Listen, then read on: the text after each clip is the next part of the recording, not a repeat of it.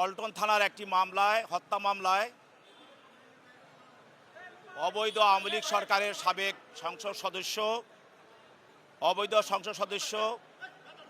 এবং সাংগঠনিক সম্পাদক, আওয়ামী লীগের সাংগঠনিক সম্পাদক আহমেদ হোসেন, যাকে আপনারা সব সময় টেলিভিশনে দেখেছেন টক শোতে সে আওয়ামী লীগের পক্ষে মিথ্যাচার বক্তব্য রাখতে, তাকে এবং সদ্য বিদায়ী রিয়ার অ্যাডমিরাল মোহাম্মদ সোহাইল,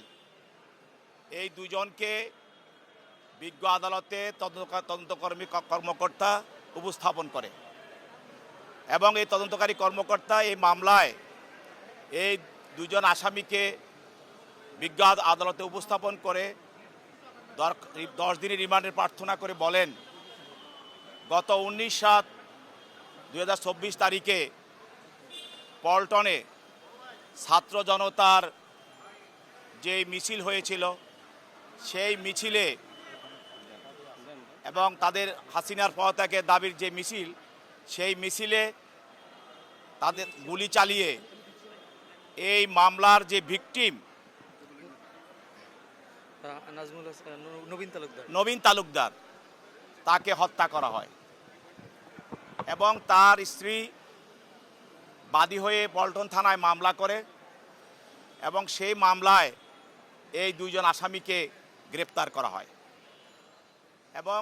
তদন্তকারী কর্মকর্তা আদালতে বলেন যে এই মামলার প্রাথমিক তদন্তে এই দুইজন আসামির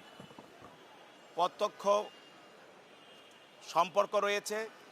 এবং তাদের নির্দেশে এবং তাদের যোগসাজশে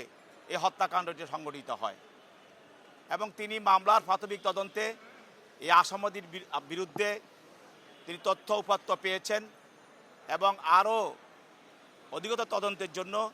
এবং এই মামলায় আরও কারা কারা জড়িত আছে তাদেরকে বের করার জন্য এই আসামিদেরকে রিমান্ডের প্রয়োজন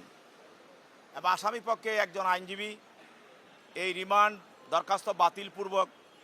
আসামিদের জামিনে প্রার্থনা করেন। আদালত উভয় পক্ষের বক্তব্য শোনার পর এজাহার এবং রিমান্ডের দরখাস্তের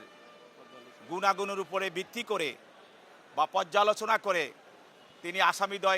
আসামিদের বিরুদ্ধে 4 দিনে রিমান্ড মঞ্জুর করেন এবং এই আসামিরা এখন তদন্তকারী কর্মকর্তার হেফাজতে তাদেরকে প্রদান করেন।